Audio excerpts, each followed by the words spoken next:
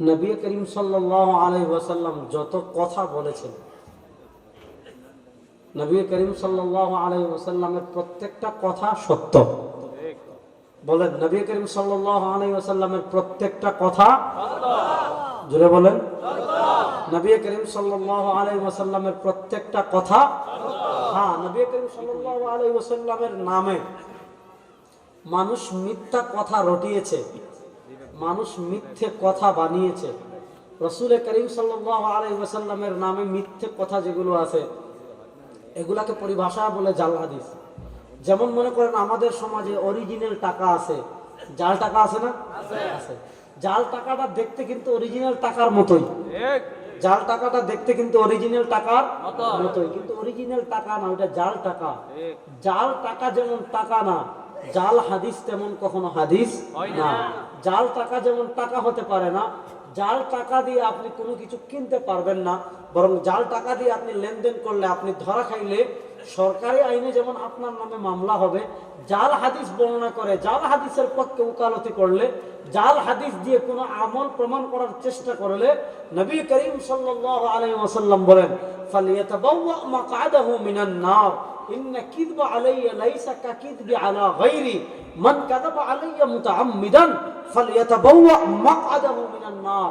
যদি কেউ জেনে শুনে জাল হাদিস বর্ণনা করে, অথবা জেনে শুনে জাল হাদিসের পক্ষে ওকালতি করে, অথবা জেনে শুনে জাল হাদিস দিয়ে কোনো কিছু প্রতিষ্ঠা করতে চায়, নবী করিম সাল্লাল্লাহু আলাইহি ওয়াসাল্লাম বলেন, ফালিয়াতাবাওয়া মাকআদাহু মিনান নার। সে যেন তার ঠিকানা বানায় কোথায়? বলেন, সে যেন তার ঠিকানা বানায় কোথায়? এজন্য নকল হাদিস বর্ণনা করা হারাম। বলেন, নকল হাদিস বর্ণনা করা হারাম। জেনে শুনে নকল হাদিসের পক্ষে ওকালতি করা হারাম। নকল হাদিসের উপর ভিত্তি করে কোনো আমল করা হারাম। একটা ফ্যাক্টরি যদি নকল হয়, ফ্যাক্টরির সবকিছু নকল, এই ফ্যাক্টরির পণ্য কখনো অরিজিনাল হবে না। ফ্যাক্টরি যদি নকল হয়, তাহলে পণ্য তো নকল হবে। ঠিক তেমনি ভাবে হাদিস যদি জাল হয়, জাল হাদিসের উপর ভিত্তি করে কোনো আমল যদি সমানে প্রতিষ্ঠা হয়, ওটা সুন্নাত না বিদআত? ইসলামী শরিয়ায় নকল মানে বিদআত, ইসলামী শরিয়ায় আমল নকল মানে কি? বুঝেন, ইসলামী শরিয়ায় আমল নকল কি? বিদআত। নবী করিম সাল্লাল্লাহু আলাইহি ওয়াসাল্লামের প্রত্যেকটা কথা যেটা সহিহ ভাবে আমাদের পর্যন্ত এসেছে, যেটা সহিহ সনদে রাসূলুল্লাহ সাল্লাল্লাহু আলাইহি ওয়াসাল্লাম থেকে আমাদের পর্যন্ত এসেছে, আমাদের আকীদা হলো নবী করিম সাল্লাল্লাহু আলাইহি ওয়াসাল্লাম যা বলেছেন সব সত্য। নবী করিম সাল্লাল্লাহু আলাইহি ওয়াসাল্লামের যত হাদিস আছে সব সত্য। বড় আস্তে বললেন, সত্য। এটা আকীদার পার্ট। দেখেন, আকীদার দুইটা পার্ট আছে। একটা পার্ট হলো ইসমাতুল আম্বিয়া। ইসমাতুল আম্বিয়া মানে কি? যেদিন থেকে আকীদার কিতাব লেখা শুরু হয়েছে, দেখেন ইসলামী শরিয়ায় একটা হলো আমল, একটা হলো আকীদা। রাসূল করিম সাল্লাল্লাহু আলাইহি ওয়াসাল্লাম আমলের যতটা গুরুত্ব দিয়েছেন, ইসলামী শরিয়ায় আমলের চেয়ে গুরুত্বপূর্ণ হলো আকীদা।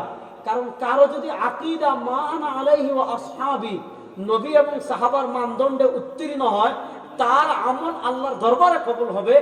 আর আকীদা যদি নবী এবং সাহাবা ইকরামের মানদণ্ডে উত্তীর্ণ না হয়, সে যদি সহিহ হাদিসের লেভেল লাগায়, সে যদি ইশকে রাসূলের লেভেলও লাগায়, লেভেল দিয়ে সাইনবোর্ড দিয়ে ইসলামী শরীয়ত চলে না। ইসলামী শরীয়ত চলে তোমার ক্যাটাগরি দিয়ে। ইসলামী শরীয়ত আপনার চলে যে সাহাবা এবং নবীর আদর্শ দিয়ে। যদি নবী এবং সাহাবা ইকরামের আকীদার সাথে আকীদা মিলে, আমল আল্লাহর কাছে কবুল হবে। নবী এবং সাহাবা ইকরামের আকীদার সাথে যদি আকীদা না মিলে, তুমি যত সহিহ লেভেল লাগাও না কেন, যত তুমি সুন্নিয়তের লেভেল লাগাও না কেন, তুমি ভণ্ড ছাড়া কিছু না। তুমি কি ভণ্ড ছাড়া কিছু না। এজন্য ইসলামী শরীয়ত আমলের আগে আকীদা, আমলের আগে যদি আকীদা, যেমন মনে করেন আপনি মনে করেন খরমশাহ মাজারে গেলেন, বিবাড়িয়া খরমশাহ, অথবা এখন মাজার বেরিয়েছে বদমাশা, খেতাশা, বালতিশা, আছে না নাই? কত শাহ বাংলাদেশে। এগুলো এক একটা জাহান্নামের কাউন্টার, এগুলো এক একটা জাহান্নামের কথা। মনোযোগ দিয়ে বুঝেন।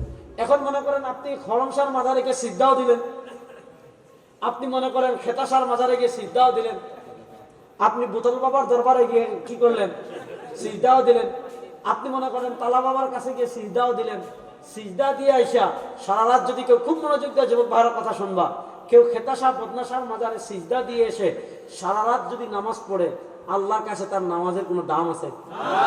দেখেন নবী করিম সাল্লাল্লাহু আলাইহি ওয়াসাল্লাম হাদিসে কি বলেন, দেখেন নবী করিম সাল্লাল্লাহু আলাইহি ওয়াসাল্লাম ভয়ঙ্কর হাদিস, সুনানুত তিরমিজিতে হাদিসটা আসছে। ইমাম মুআইন ইবনে হাম্মাদ আল মারওয়াজি কিতাবুল ফিতান এনেছেন, ইমাম ইবনে কাসির রাহিমাহুল্লাহ কিতাবুল ফিতান ওয়াল মালাহিম হাদিস এনেছেন। যুবক ভাইরা প্রসিদ্ধ হাদিস ভালো করে শুনো।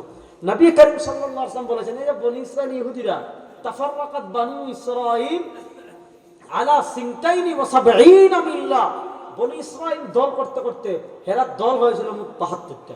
কয়টা? নবী বলেন ওয়াসাতাফতারিকু উম্মতি আলা ৭৩ মিল্লাহ, বনী ইসরাইল হয়েছে ৭২ আর আমার দল আরেক দল, আমার উম্মত আরেক দল, আরেক অগ্রসর। হেরা হয়েছে ৭২ দল, আমার উম্মত হবে ৭৩ দল। এই ৭৩ দল মানে আওয়ামী লীগ, বিএনপি, জামাত, ইসলামী আন্দোলন রাজনৈতিক দল না। এই ৭৩ দল হবে আকীদা কেন্দ্রিক। এক এক দলের এক এক আকীদা হবে, এক এক দলের এক এক আদর্শ হবে, এক এক দলের এক এক ইজম হবে, এক এক দলের এক এক মতাদর্শ হবে। নবী করিম সাল্লাল্লাহু আলাইহি ওয়াসাল্লাম বলেন উম্মত মুহাম্মদী যে ৭৩ দলে বিভক্ত হবে, কুল্লুহুম ফিন্নার ইল্লা মিল্লাতান ওয়াহিদা, এই ৭৩ দলের সব জাহান্নামী, ৭৩ দলের ৭২ দল জাহান্নামী, ইল্লা মিল্লাতান ওয়াহিদা, এই ৭৩ দলের মাত্র জান্নাতি হবে মাত্র একটা দল। জান্নাতি দল মাত্র কয়টা? সবাই বলেন জান্নাতি দল কয়টা? সাহাবা ইকরাম জিজ্ঞেস করলেন, মান হিয়া ইয়া রাসূলুল্লাহ, এই জান্নাতি দল কারা? দেওবন্দি না, লা মাযহাবি না, সুন্নি না, গরম সুন্নি না, হিজবুত তাওহীদ না, আহলে হাদিস না। নবী করিম সাল্লাল্লাহু আলাইহি ওয়াসাল্লাম জান্নাতি দলের কোনো নাম বলেন নাই। নবী করিম সাল্লাল্লাহু আলাইহি ওয়াসাল্লাম জান্নাতি দলের দুইটা প্রতীক দিয়েছেন। নবী করিম সাল্লাল্লাহু আলাইহি ওয়াসাল্লাম জান্নাতি দলের দুইটা মার্কা দিয়েছেন। মার্কা নাম্বার 1 মা আনা আলাইহি, যারা চলবে নবীর পথে। মার্কা নাম্বার 2 ওয়া আসহাবি, যারা চলবে সাহাবার পথে। সুতরাং যারা নবী এবং সাহাবা ইকরামের আকীদার সাথে, যাদের আকীদা মিল থাকবে, নবী এবং সাহাবা ইকরামের আকীদার সাথে যাদের আকীদা মিল থাকবে, নবী এবং সাহাবা ইকরামের আমলের সাথে যাদের আমল মিল থাকবে, নবী এবং সাহাবা ইকরামের আদর্শের সাথে যাদের আদর্শের মিল থাকবে, নবী এবং সাহাবা ইকরামের দেখানো পথে যারা চলবে তারাই হবে জান্নাতি। আর যারা নবী এবং সাহাবা ইকরামের পথ বাদ দিয়ে নিজের মন গড়া পদ্ধতিতে ইসলাম আবিষ্কার করবে, নবী এবং সাহাবা ইকরামের পথ বাদ দিয়ে নিজের মন গড়া পদ্ধতিতে চলবে, নবী এবং সাহাবা ইকরামের আকীদা এবং মাযহাব বাদ দিয়ে নিজের মন গড়া পদ্ধতিতে চলবে, তারা যত ভালো লেভেল লাগুক না কেন, তারা পথভ্রষ্ট জাহান্নামী এবং ভণ্ড। তারা পথভ্রষ্ট জাহান্নামী এবং এই জন্য আমলের মাপকাঠি নবী সাহাবী। বলেন আমলের মাপকাঠি নবী সাহাবী। এবার দেখেন